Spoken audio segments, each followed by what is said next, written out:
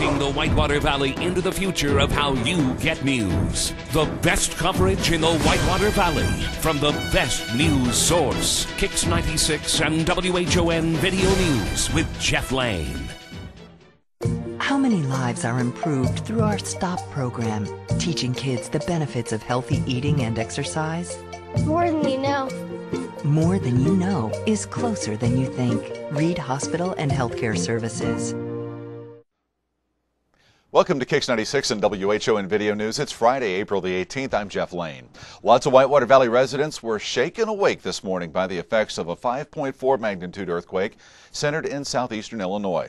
It happened at around 5:40 this morning and was felt by people across the area and the entire region. It was the talk of the town this morning outside the Sunshine Cafe in Richmond. And I was at work at the time. I was driving the forklift, and I just felt like my legs shake a little bit. And I thought the forklift was acting funny. So I checked it out and everything, and then I checked my cell phone to see if I had any messages.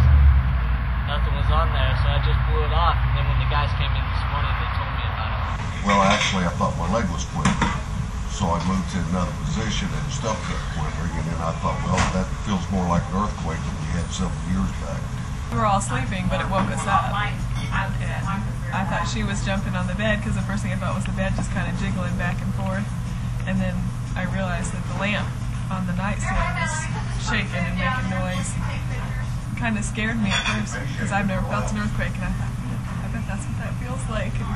There was no real damage reported anywhere in the Whitewater Valley, although dispatchers were swamped with lots of curious phone calls.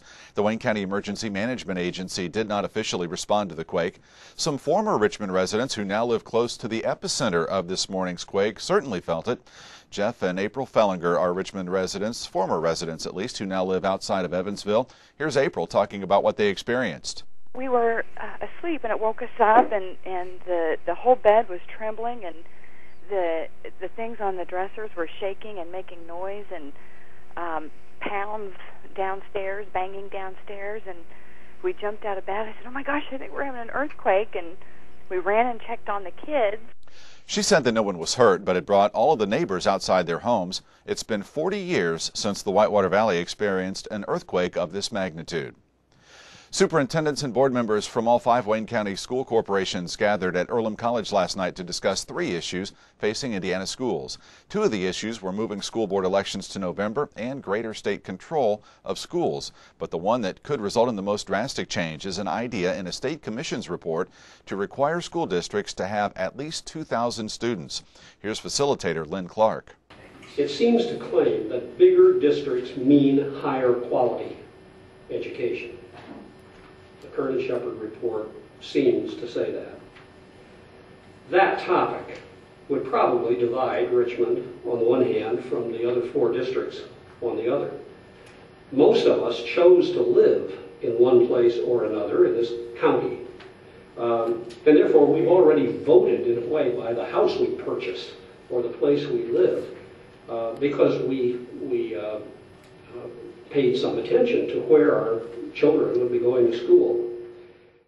It could mean ultimately that Centerville, Northeastern, Western Wayne, and Nettle Creek would be combined into one district. Local administrators last night voiced concerns about a loss of identity and community if that proposal becomes reality. And shots were fired into a Richmond home this morning. At 4:15 this morning, there was a report of 3 shots fired from a handgun into a home at 217 Northwest 10th. Police located holes in the home and shell casings were found nearby. At about 5 o'clock this morning, police found a bullet inside the home. Initial reports indicated the shots were fired from a Toyota hatchback. Police have identified suspects, but no arrests have been made yet. No one was hurt. Police suspect what you probably do, that the shooting is drug-related. This has been Kicks 96 and WHON Video News. I'm Jeff Lane. Have a great weekend. Leading the Whitewater Valley into the future of how you get news. The best coverage in the Whitewater Valley from the best news source. Kicks 96 and WHON Video News with Jeff Lane.